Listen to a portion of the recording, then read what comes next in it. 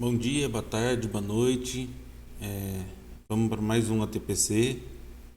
Esse que será apresentado dia 2/7. Nós faremos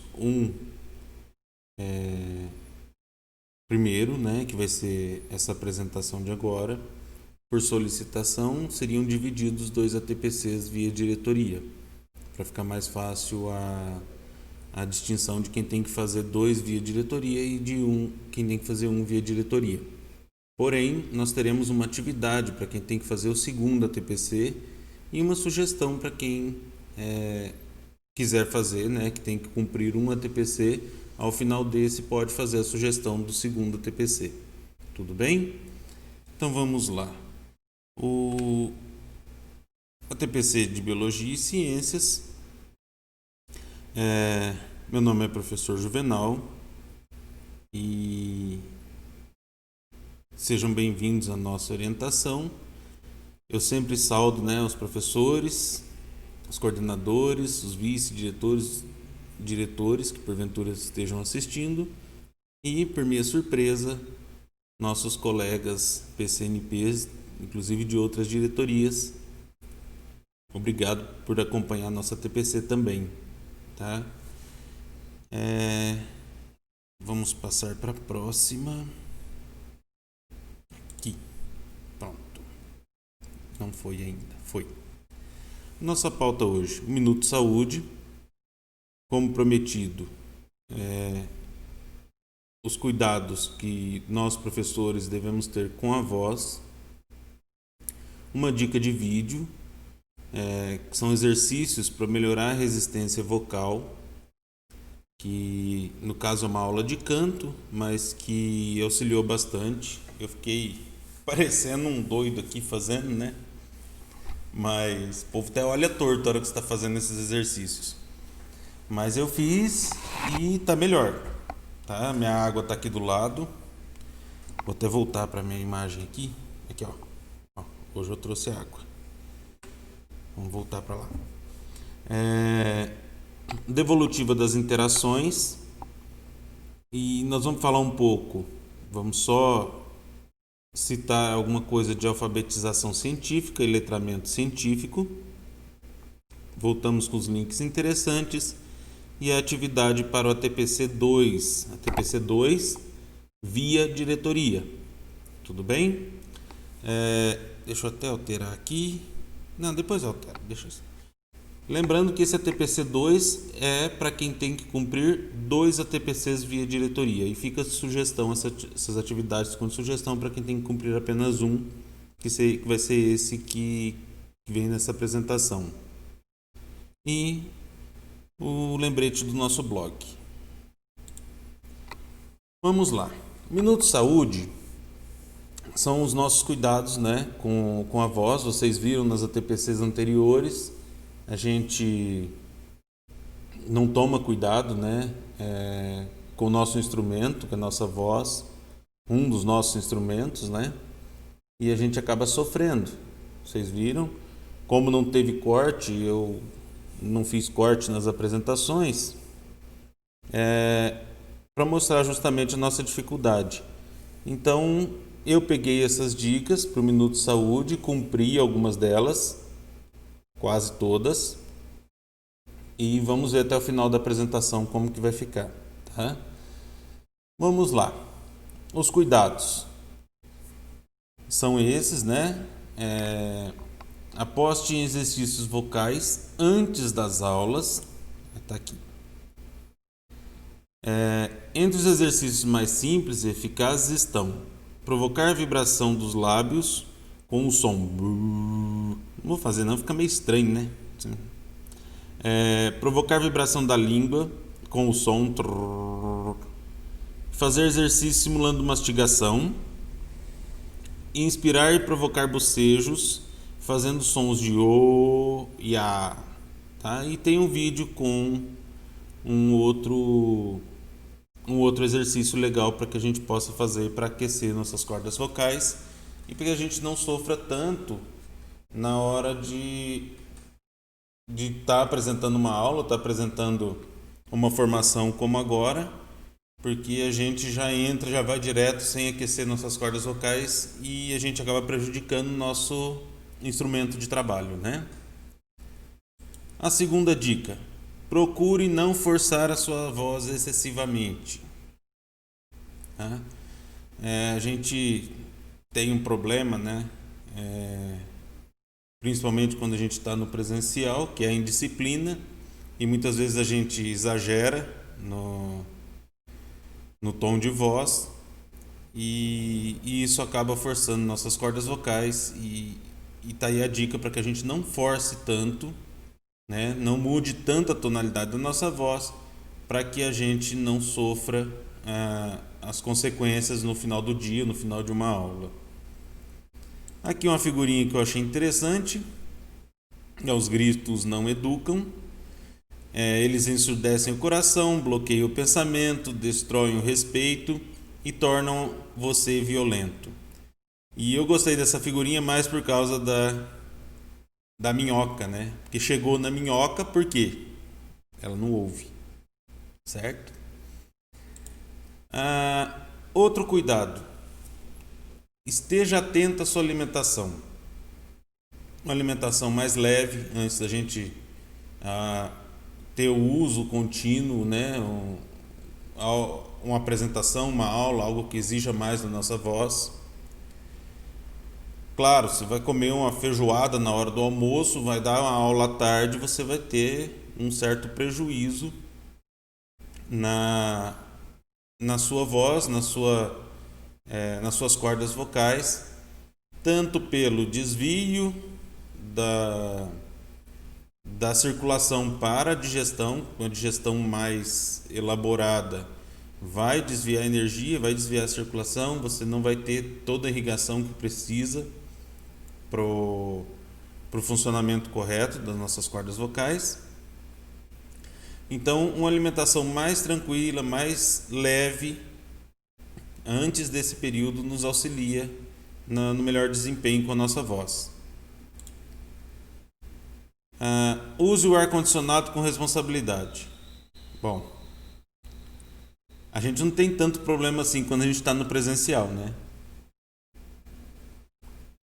Mesmo à distância, a gente também não. São poucos que utilizam esse recurso, mas vale a dica porque uma alteração brusca de temperatura ou um local com a temperatura muito baixa e consequente, né, baixa umidade do ar, você tem problemas e exige mais das suas cordas vocais. E hidrate-se, né? Como eu mostrei, hoje eu já trouxe minha garrafa d'água. Vamos ver se ajuda muito, claro, ajuda, né? Vamos ver se dessa vez eu não sofra tanto com minhas cordas vocais. Eu já fiz o exercício e vamos ver. Tá aquecida e a gente vai testar agora um exercício, tá? Eu não vou fazer novamente. Tem o link do vídeo aqui. Voltando, né? A correta hidratação das cordas vocais também facilita a sua vibração e não exige tanto esforço delas para que você consiga emitir o som, tá? Voltando para o vídeo, vou colocar o vídeo aqui. É um vídeo curto, tá? Aqui. É um vídeo curto e funciona, gente. Quando a gente começa a fazer, a gente sente o esforço nas cordas vocais, ao final a gente já percebe que tem uma facilidade melhor para que saia o som, para que a gente realize esse exercício. Tá? Podem fazer aí, né? Aqui o microfone está ligado, a vergonha ainda é um pouco exagerada e a falta de coordenação, mas aí vocês estão em casa, né? Estão no seu ambiente aí, dá para fazer, dá para voltar para o vídeo várias vezes e exercitar e aprender, né, como que desenvolve ou como que realiza esses exercícios para a gente ter um desempenho melhor. E vamos para o vídeo.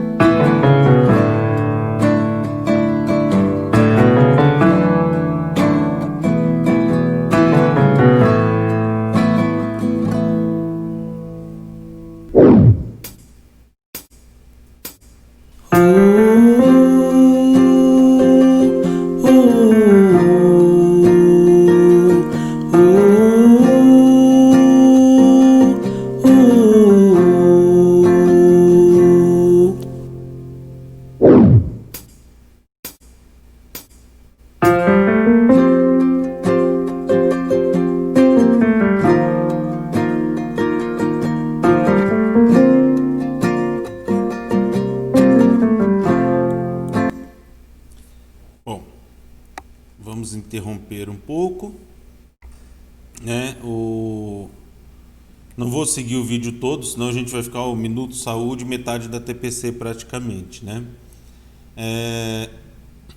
Vou voltar para a tela, aqui no computador. Nós observamos a mensagem: mulheres devem fazer o exercício 1/8 acima. E como eu não consigo ficar quieto, né? Eu fui pesquisar, não sou especialista em música. Aí eu achei um vídeo curto explicando o que é a 8ª acima. Porque o vídeo é para músicos, né? Aula de canto, né? E nós, professores, utilizamos tão quanto ou até mais as nossas vozes do que um cantor, e sem o preparo que eles têm, né? Vamos para a próxima tela. O que é a 8ª? Olá, meu nome é Wellington e seja bem-vindo a mais um dicionário musical. Desta vez nós vamos falar sobre o conceito de oitavas no teclado ou piano. O nome oitava deriva do número 8, que é o número de notas da escala maior, partindo do Dó e indo até o Dó, sendo Dó, Ré, Mi, Fá, Sol, Lá, Si, Dó. Vamos exemplificar isso no teclado. Dó, Ré, Mi, Fá, Sol, Lá, Si, Dó. O segundo Dó está 1/8 acima do primeiro Dó. Musicalmente, as pessoas costumam utilizar termos como tocar 1/8 acima, que significa, na verdade, transpor os acordes para 1/8 acima. Vejamos o exemplo. Temos o acorde na primeira oitava e podemos transpor ele para a segunda oitava, logo, estando 1/8 acima num tom mais agudo do teclado. Um termo muito utilizado na venda de instrumentos musicais. Pronto. Já sabemos, né, que 1/8 acima nada mais é do que um tom mais agudo. Por isso que o vídeo sugere que as mulheres realizem, né, o exercício em 1/8 acima, tá? Viu? A TPC de Biologia e Ciência é a cultura. Vamos lá. Devolutiva das interações. Na última TPC, algumas das interações, já aproveitando e agradecendo quem entrou no link da interação e deixou sua sugestão. O que mais apareceu foi o vídeo travou. O vídeo travou, gente. Ele foi carregado mais tarde, deu problema. Depois travou, teve que ser excluído e recarregado pro YouTube. Então, quem não acompanhou, o vídeo está lá. Depois deu certo, o Gilson conseguiu. E o vídeo está lá disponível para gente. Aí, eu gostei muito de uma sugestão que fala da nossa ginástica para trabalhar habilidades da forma que foi apresentada, né? Com notícia, com quadros, com vídeos, né? E em cima dessa ginástica, que é proposital, nós vamos fazer a TPC de hoje. Vamos lá, você sabe o que é alfabetização científica? A gente já ouviu falar de alfabetização científica. Nós temos que trabalhar a alfabetização científica.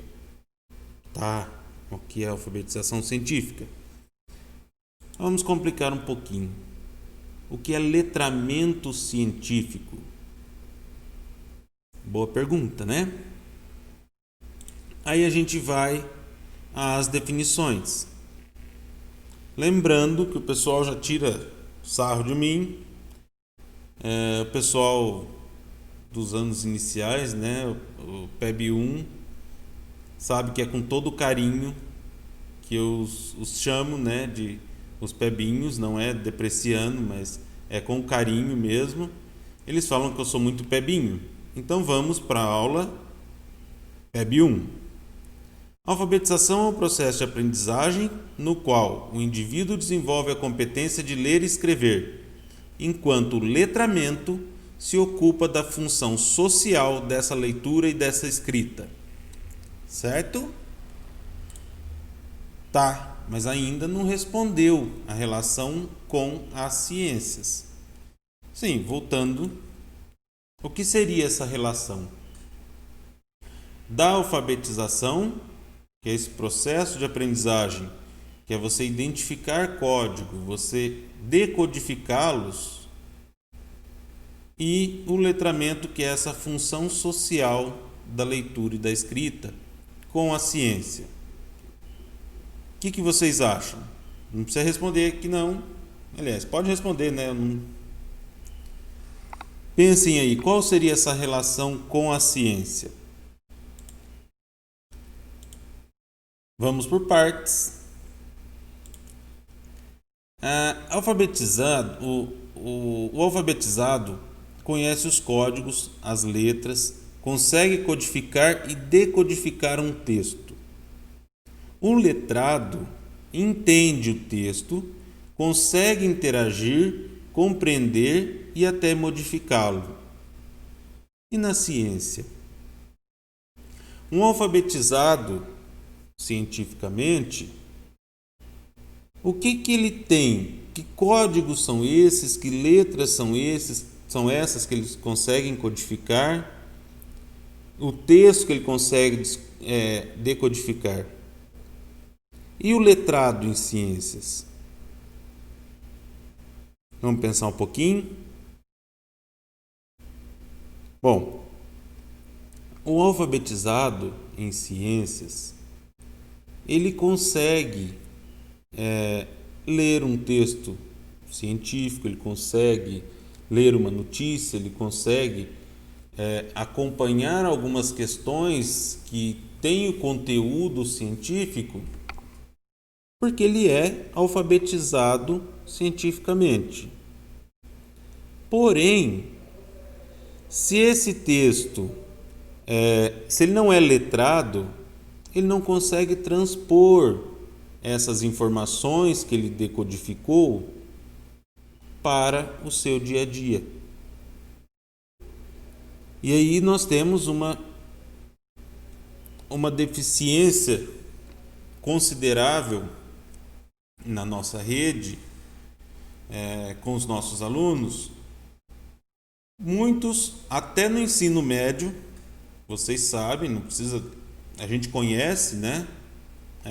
A gente está em sala de aula, a gente acompanha, a gente sabe que mesmo no ensino médio, nós temos alunos que ainda não estão alfabetizados cientificamente.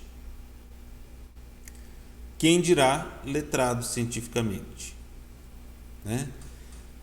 E a gente chama atenção hoje, nessa TPC, para essas questões da alfabetização científica e do letramento científico.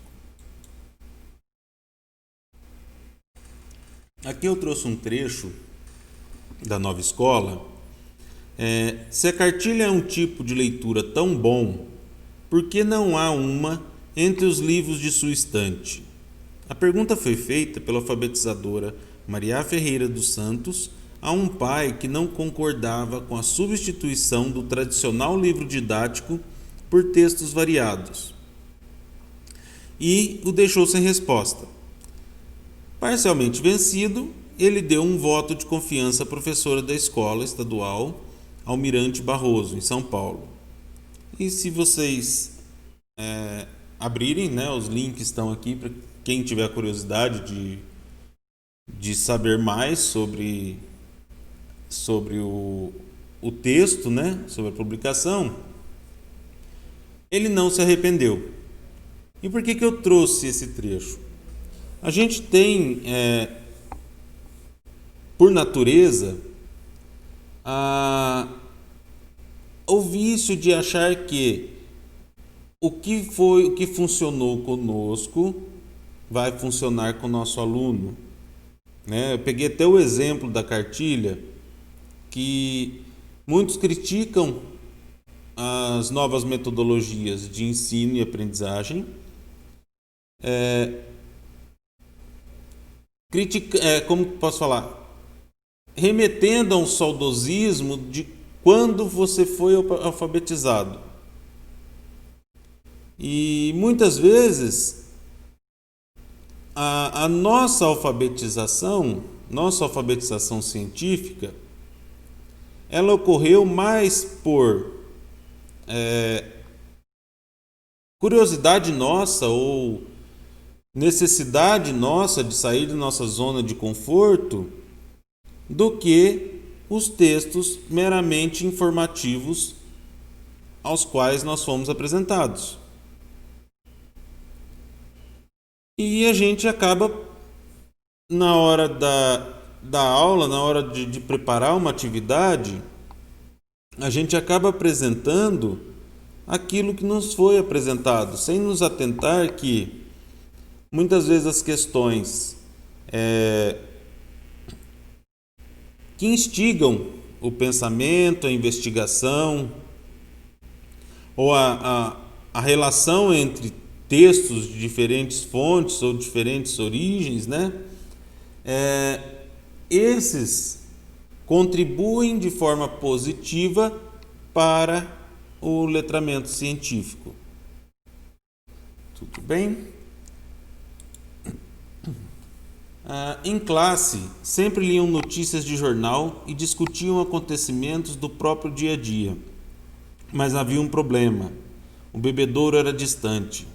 Junto com a professora, a turminha preparou um texto coletivo solicitando à diretora a instalação de novos garrafões de água. Na carta, foram listados argumentos para justificar o pedido, como o calor intenso, a necessidade de se ausentar por muito tempo da sala. Aquelas crianças, hoje na 5ª série, texto é antigo, né? São cada vez mais críticas e conscientes, festeja a professora, né? Na tese, ela concluiu que o texto opinativo, o famoso dissertativo, facilita a construção e a compreensão dos textos expositivos, como os que dominam as aulas de ciência, geografia, história e, por que não, matemática. Nesse caso aqui, o texto dissertativo que foi construído com a sala, ele trouxe para os alunos uma carga de informação, uma necessidade de conhecer outras variantes para que argumentassem com a direção da escola para resolver um problema que eles estavam vivendo. Então, eles trouxeram em um texto informações de várias outras origens para solicitar a solução de um problema deles. Ah, Juvenal, mas como que eu faço isso em ciências? É só a gente analisar as questões quando a gente, tanto na ciência quanto na biologia, né? A gente instigar o aluno a transpor as questões para o dia a dia, como foi feito na outra apresentação. Não ficar preso a textos, a mera interpretação de texto, ou aquelas antigas atividades que a gente fazia, que é a leitura de um capítulo do livro e responder questões objetivas que estão no texto. Isso acontece. Quando estava em sala de aula, o aluno chega, no ensino médio até: professor, onde que está aqui no texto? Grifa para mim, fazendo favor, que eu não estou encontrando. Quando você tem questões objetivas de um texto expositivo, você não instiga o aluno a interpretar, a relacionar as informações, seja essa relação entre textos ou com o cotidiano, para que ele resolva problemas, sejam problemas criados na atividade, para que ele resolva, ou problemas reais que ele faz a transposição para a vida aqui fora. Se ele conseguir fazer essa transposição, conseguir resolver um problema na vida aqui fora, aí ele foi letrado. Então ele tem um letramento científico. Quando ele não consegue trazer o conteúdo que foi passado, as habilidades que foram desenvolvidas para a vida cotidiana, mas ele conseguiu desenvolver isso na teoria, ele é apenas alfabetizado cientificamente. E nós temos aqueles que não são nem alfabetizados e nem letrados. O chamado letramento científico visa o entendimento da ciência e sua utilização pela sociedade em tarefas cotidianas, como, por exemplo, a leitura dos dados de uma conta de luz ou a compreensão de uma bula de medicamentos. Habilidade de entendimento científico aplicado à vivência.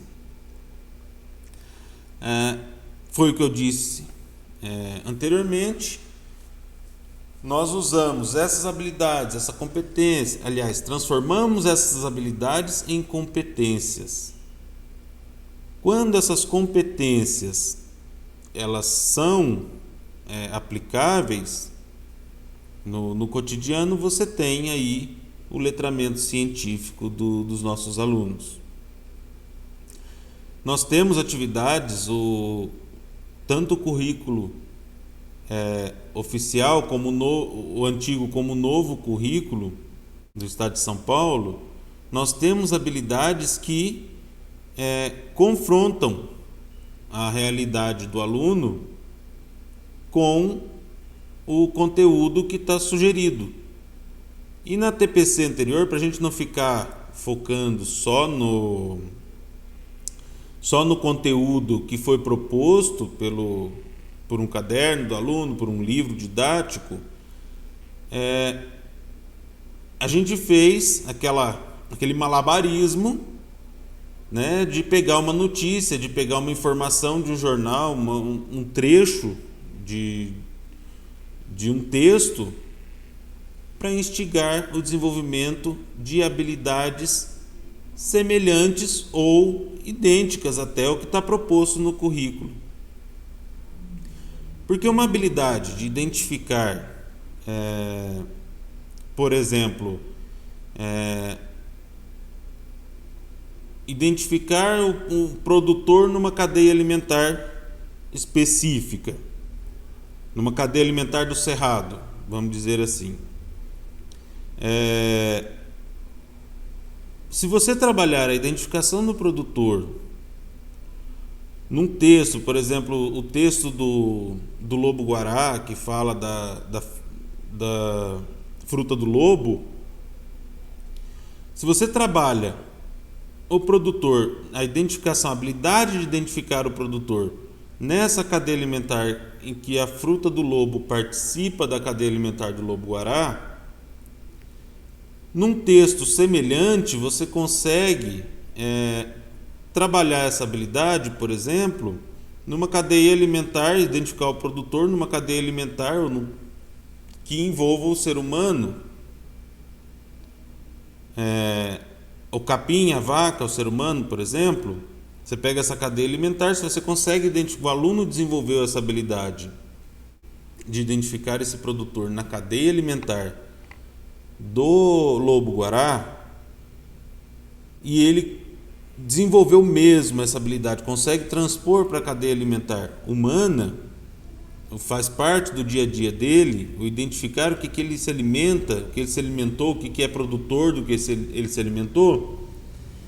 Ele desenvolveu a habilidade, ele aplica essa habilidade e você tem aí um letramento na identificação da cadeia alimentar, ou de uma cadeia alimentar, da teia alimentar que ele pertence.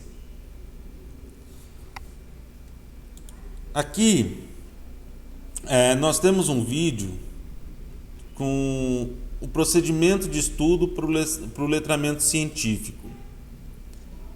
É interessante o vídeo, prestem bastante atenção, ela traz uma visão muito fácil, muito didática para a gente, na entrevista que foi feita.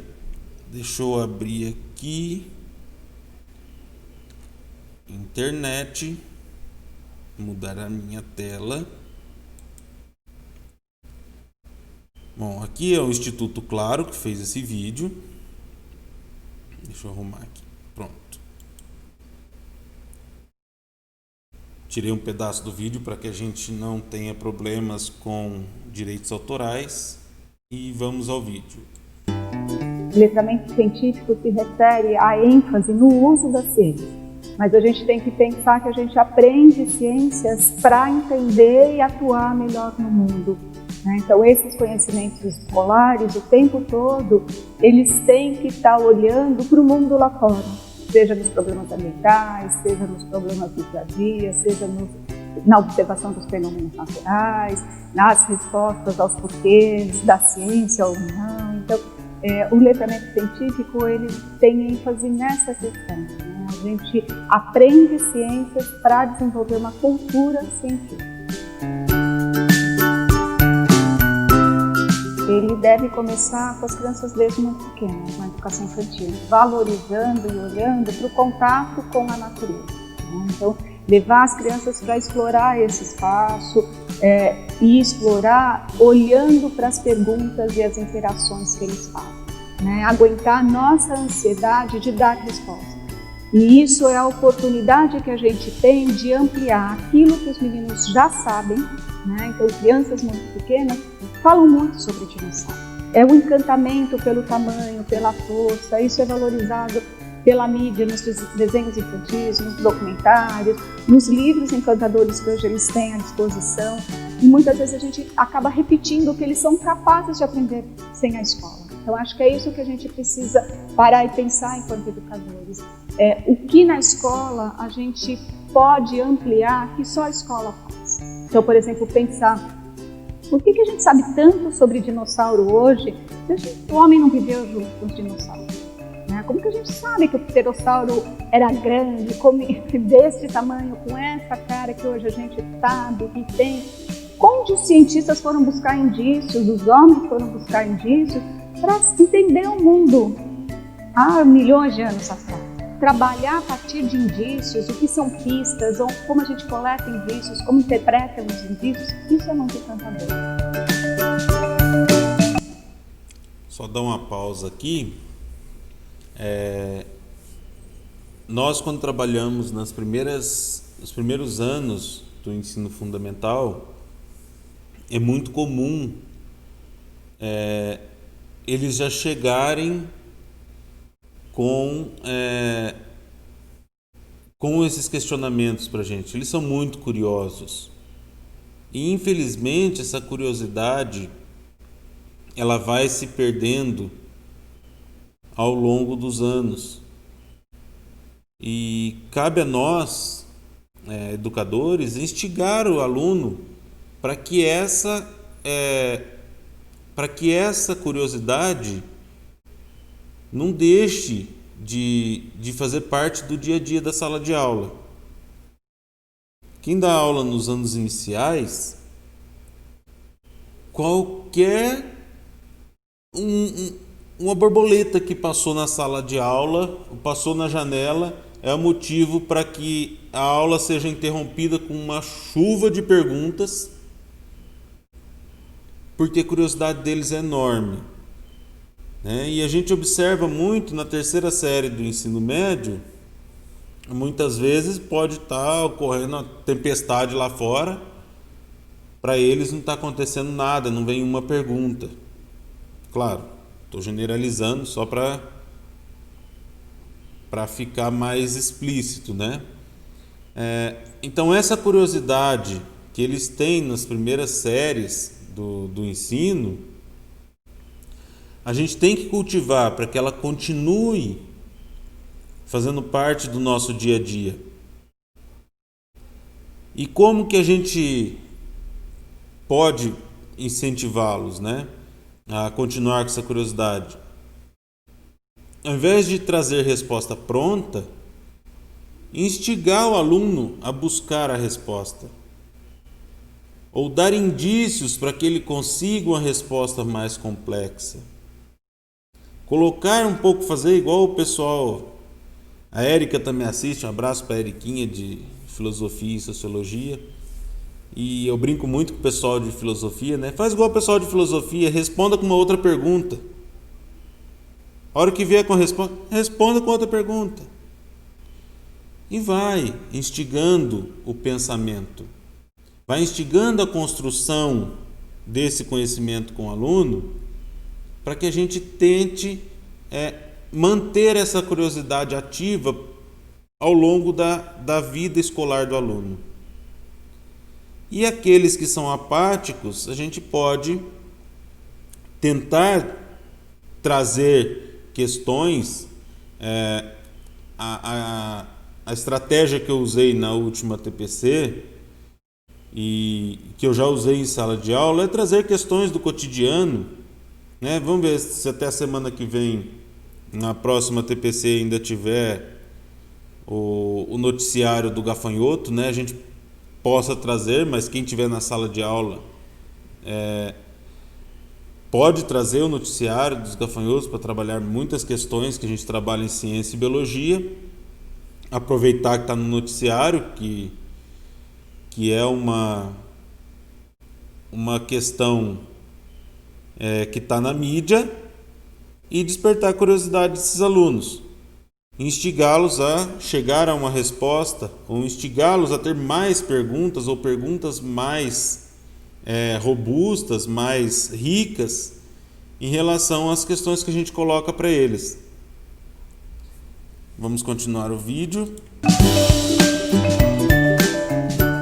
Trabalhar com fenômenos, ele vem muito colado com uma ideia importante da gente pensar, que a ciência é processo. E na escola, muito comumente, a gente trabalha a ciência como produto. É no processo que eu aprendo ciências, e aprendo não só os conceitos. Os conceitos, eles são um dos meios para entender a ciência. Mas eu tenho os procedimentos, eu tenho as atitudes. Quando a gente diz por exemplo, de uma competência de saber buscar informações, que me ajudam a responder, a encontrar caminhos para responder o meu problema, essa é uma competência que a gente, muitas vezes, quando é da área de ciências, não trabalha. Isso a gente tem que fazer desde muito pequeno, quando as crianças são muito pequenas, acreditando e confiando que as crianças são capazes. Né? Então, se elas não sabem ler, eu, professor, sou o apoio dessa leitura. Ou eu, professor, seleciono livros com imagens e textos, onde eu sei que informações ali estão presentes. Posso marcar isso em post-it e entregar para as crianças fazerem pesquisa. A gente tem que sair do lugar de pensar a partir dos conteúdos, mas pensar a partir das competências e habilidades de ciências que a gente vai estar desenvolvendo e que vão dar condições para esses meninos aprenderem com e sem a gente, né? Sem a gente professor e sem a gente adulto. Calma aí. Eu sei que vocês pensaram, eu também pensei. Esse trabalho que ela disse... Nossa, quase derrubei as coisas aqui. Esse trabalho... Deixa eu voltar para mim aqui. Voltei. Esse trabalho que ela disse de você trabalhar as competências e habilidades para que ele não dependa da gente, não entendam errado, como eu entendi também, tá? Foi o que eu citei antes, você não depende do conteúdo. Uma vez que você trabalhou a habilidade, que ele desenvolve uma certa competência, ele pode, na consulta de outro conteúdo, ou na curiosidade de um outro conteúdo, se ele tem a habilidade de solucionar determinado problema, ele vai conseguir adquirir a competência ou habilidade similar nesse outro conteúdo para resolver as questões do dia a dia, para desenvolver a sua competência necessária. O entendimento de o aprender sem o professor é para a vida, é para o letramento científico. Claro que ele precisa desse desenvolvimento da competência, ele precisa do desenvolvimento da habilidade do nosso trabalho. Tá? Então não entendam errado, não façam igual eu fiz a primeira vez. Deixa eu voltar para o vídeo aqui. Nos desenhos infantis, nos documentários, nos livros encantadores que hoje eles têm à disposição. E muitas vezes a gente acaba repetindo o que eles são capazes de aprender sem a escola. Então acho que é isso que a gente precisa parar e pensar enquanto educadores. O que na escola a gente pode ampliar que só a escola faz. Então, por exemplo, pensar por que a gente sabe tanto sobre dinossauro hoje se o homem não viveu junto com os dinossauros. Como que a gente sabe que o pterossauro era grande, desse tamanho, com essa cara que hoje a gente sabe que tem? Onde os cientistas foram buscar indícios, os homens foram buscar indícios para entender o mundo há milhões de anos atrás. Trabalhar a partir de indícios, o que são pistas, ou como a gente coleta indícios, como interpreta os indícios, isso é muito encantador. Trabalhar com fenômenos, ele vem muito colado com uma ideia importante da gente pensar, que a ciência é processo. Né? E na escola, muito comumente, a gente trabalha a ciência como produto. É no processo que eu aprendo ciências, e aprendo não só os conceitos. Né? Os conceitos, eles são um dos meios para eu entender a ciência. Mas eu tenho os procedimentos, eu tenho as atitudes. Quando a gente diz, por exemplo, de uma competência de saber buscar informações que me ajudam a responder, a encontrar caminhos para responder o meu problema, essa é uma competência que a gente, muitas vezes, quando é da área de ciências, não trabalha. Isso a gente tem que fazer desde muito pequeno, quando as crianças são muito pequenas, acreditando e confiando que as crianças são capazes. Né? Então, se elas não sabem ler, eu, professor, sou o apoio dessa leitura. Ou eu, professor, seleciono livros com imagens e textos, onde eu sei que informações ali estão presentes. Posso marcar isso em post-it e entregar para as crianças fazerem pesquisa. A gente tem que sair do lugar de pensar a partir dos conteúdos, mas pensar a partir das competências e habilidades de ciências que a gente vai estar desenvolvendo e que vão dar condições para esses meninos aprenderem com e sem a gente, né? Sem a gente professor e sem a gente adulto. A gente primeiro tem que pensar sempre que eu estou ali à busca. É necessário que a gente tenha um foco, né? Quando eu vou trabalhar plantas, eu tenho que recortar, né? E recortar não é eu vou pegar um pedaço porque eu gosto desse, né?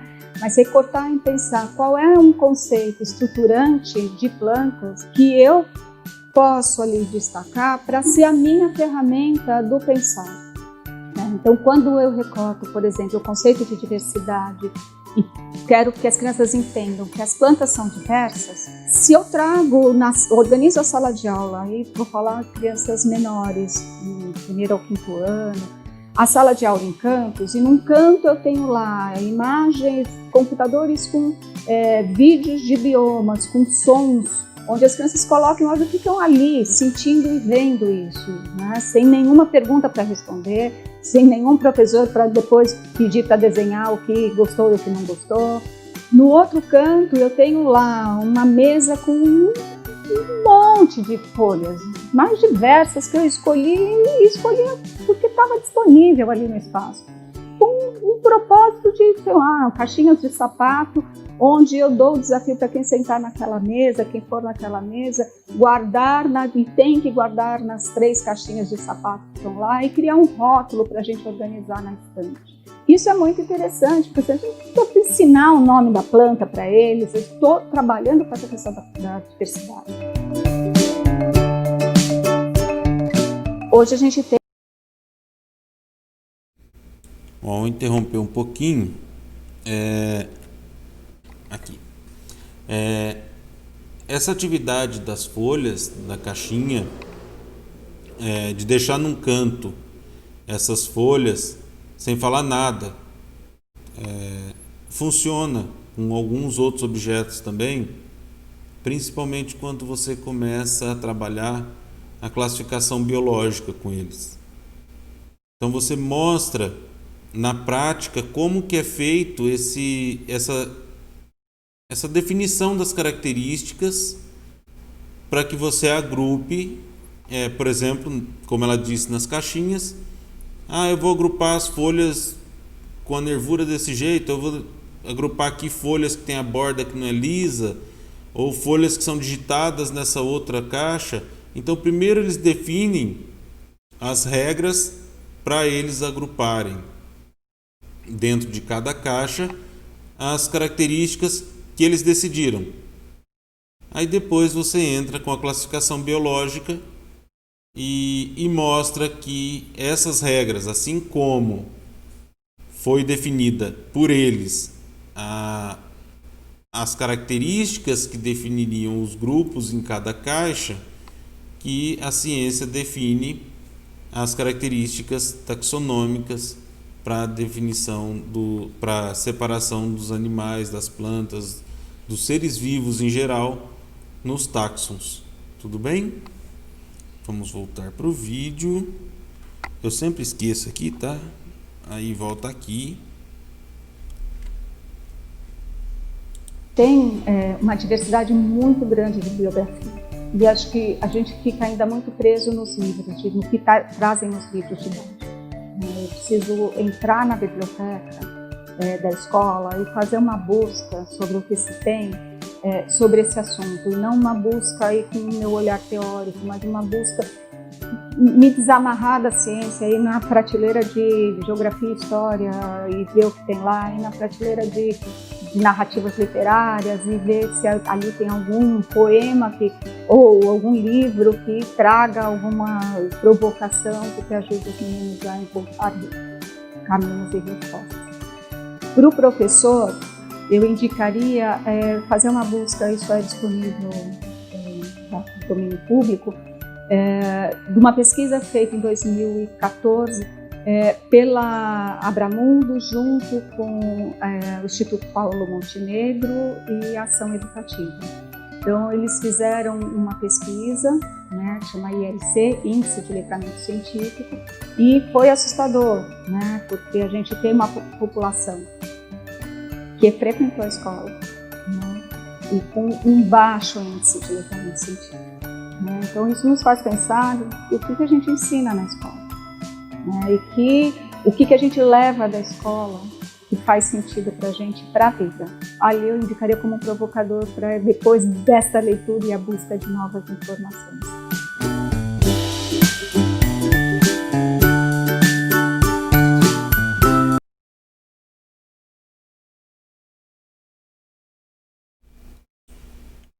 E eu já estava clicando em local errado, né?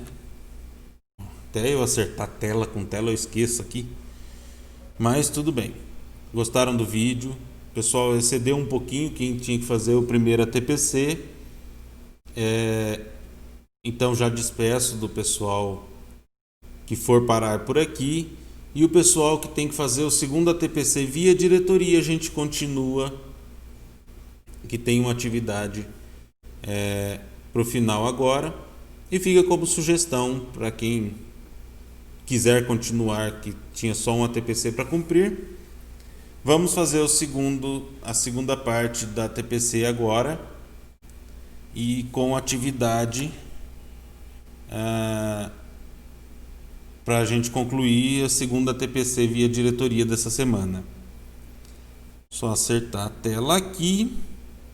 Vamos para o PPT. Eu preciso aqui. Desculpa voltar o som do vídeo, que eu estava tentando achar o PPT. Aí. Gente, trabalhar com duas telas é complicado. E para análise de todos, eu trouxe um esquema que fará parte da TPC da semana que vem, né? Um processo de letramento científico baseado no ensino por metodologias ativas, né? Que é o aluno com autonomia, o professor mediador, facilitador e ativador, a problematização da realidade, a reflexão e o trabalho em equipe. Todas essas são bases da metodologia ativa de ensino. E a gente vai falar um pouco sobre isso na TPC da próxima semana, ou nas ATPCs da próxima semana, e relacionando com a construção que a gente vem fazendo de uma TPC para outra. Tá? O próximo quadro aqui. Vamos aqui, voltamos. Que eu tinha pausado aqui para beber um pouco de água, né? Aqui tem as competências gerais da nova BNCC, para que a gente não fuja tanto, né, dos conceitos que a gente tem que pautar nossas aulas, nossas atividades. Lembrando, o currículo de São Paulo, o novo currículo de São Paulo é baseado na BNCC, que foi baseado no currículo do Estado de São Paulo. Então, a primeira competência, o conhecimento, né, que é valorizar e utilizar conhecimentos sobre o mundo físico, social e cultural e digital, relacionado com o que nós falamos até agora. O pensamento científico crítico e criativo, que é exercitar curiosidade intelectual e utilizar as ciências com criticidade e criatividade. O repertório cultural, que é valorizar as diversas manifestações artísticas e culturais, a diversidade da nossa sociedade.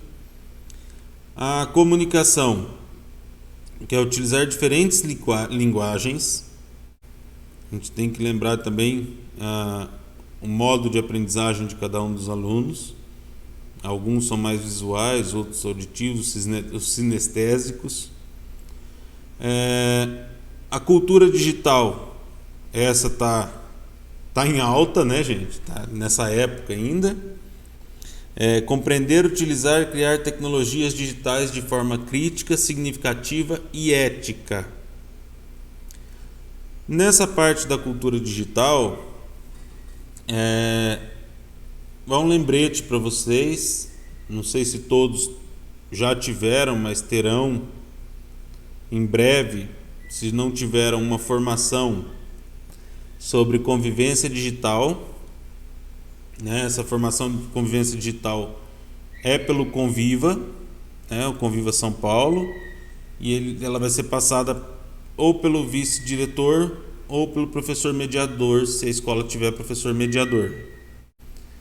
E esse choro é o cachorro na rua, tá? Então, vocês ouvirem quem é o cachorro que está na rua.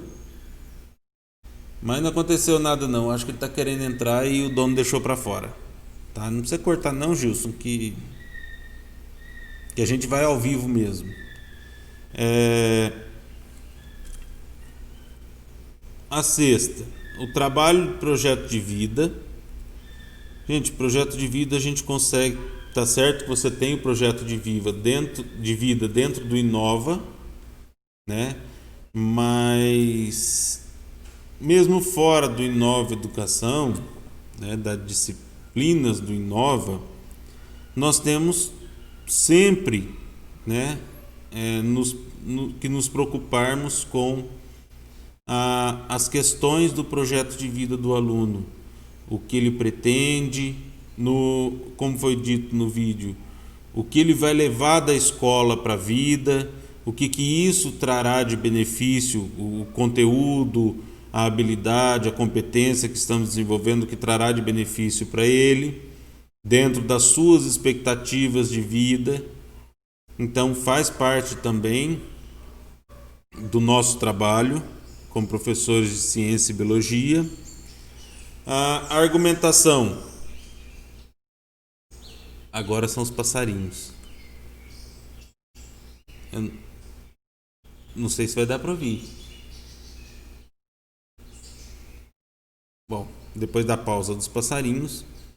A argumentação. Argumentar com base em fatos, dados e informações confiáveis. Tá, outro trabalho que nós vamos fazer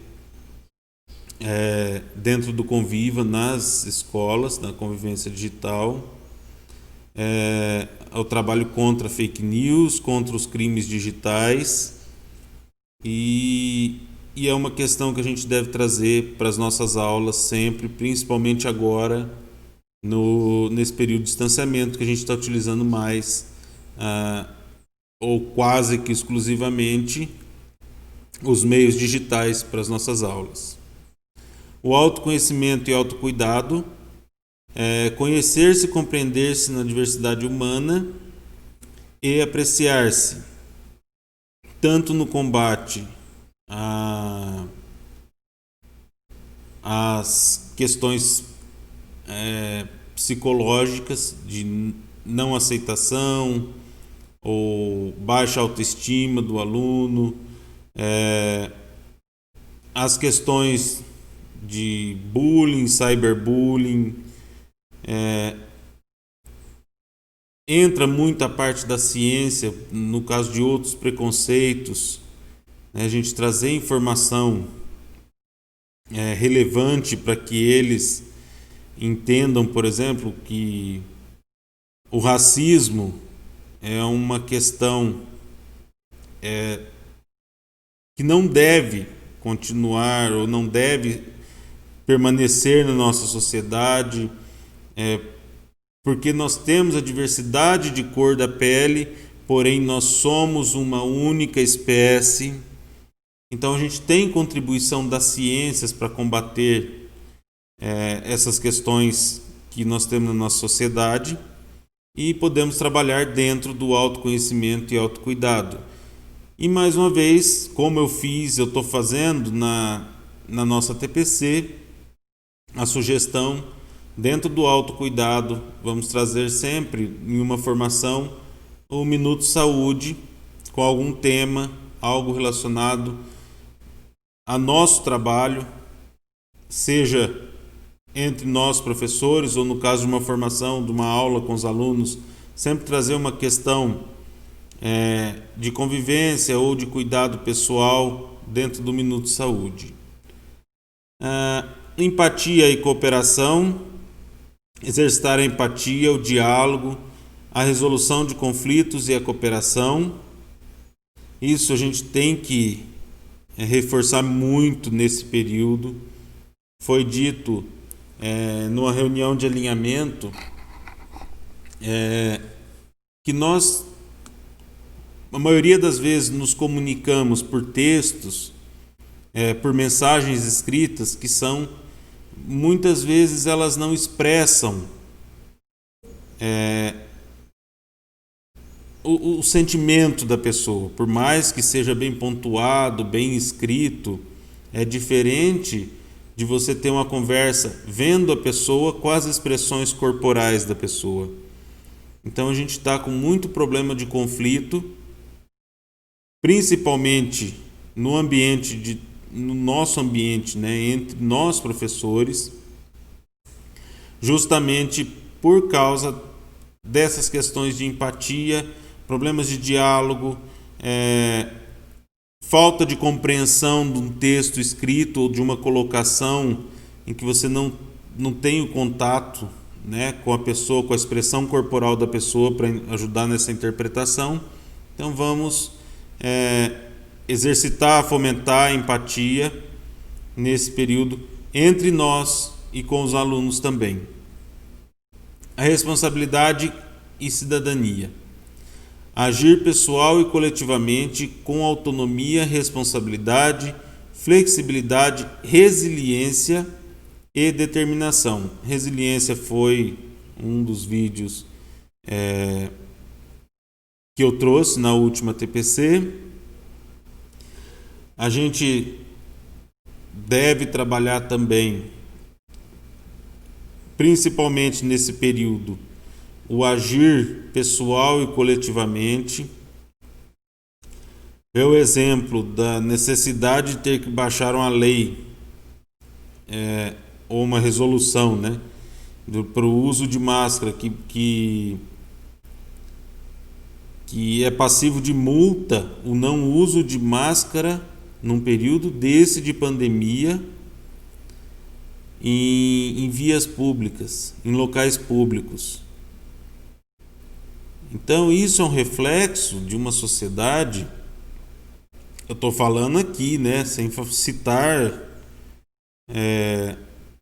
outros exemplos mais relevantes do pensamento coletivo. Mas eu não tenho medo de pegar, não tenho medo de desenvolver a Covid, de pegar o coronavírus. Mas você está pensando só em você ou você está pensando no coletivo? Vamos esperar a moto passar. Passou a moto. Você está pensando no eu ou no coletivo? E se eu estiver infectado? Se eu estiver com o coronavírus e não tiver desenvolvido a Covid-19? Então, esse trabalho do pensar do agir no pessoal e coletivamente, com autonomia, com responsabilidade, flexibilidade, resiliência e determinação, também devemos trabalhar com os colegas, com os alunos, com os nossos superiores. Todas essas competências da BNCC, a gente vê na nossa sociedade exemplos do não desenvolvimento de 1, 2, 3, 4, até mais delas. E cabe a nós, como professores, como educadores, trabalhar essas competências nos nossos alunos e com nossos colegas, inclusive com nossos superiores, caso for necessário, para que a gente não tenha problemas de conflitos, para que a gente possa também trabalhar essa sociedade além do ambiente de trabalho, vamos falar assim, porque uma vez que a pessoa desenvolveu uma competência, ela vai agir dentro ou utilizando essa competência em qualquer ambiente que ela estiver. Tá? Então, fica a dica aí. Depois a gente vai voltar com essas questões na próxima TPC. Os links, a gente já está chegando ao final desta apresentação. Os links interessantes, tá? Quem quiser ampliar a leitura. Agora aqui, muita atenção para o pessoal que vai completar a segunda TPC via diretoria. A apresentação termina agora. Tem só mais um slide depois desse. E vocês têm uma atividade para terminar o tempo da segunda TPC via diretoria. Após a formação de hoje, retome parte das habilidades apresentadas na TPC anterior, dos anos e séries que trabalha. Tá? O Gilson vai colocar um card aqui na tela para já direcioná-los para a TPC da semana passada. E, por exemplo, faltam alguns minutos para você completar o seu tempo de segunda TPC. Você escolhe uma ou duas séries. As habilidades que foram selecionadas para a última apresentação, você pode correr no vídeo, seleciona e olhem essas habilidades após a formação de hoje.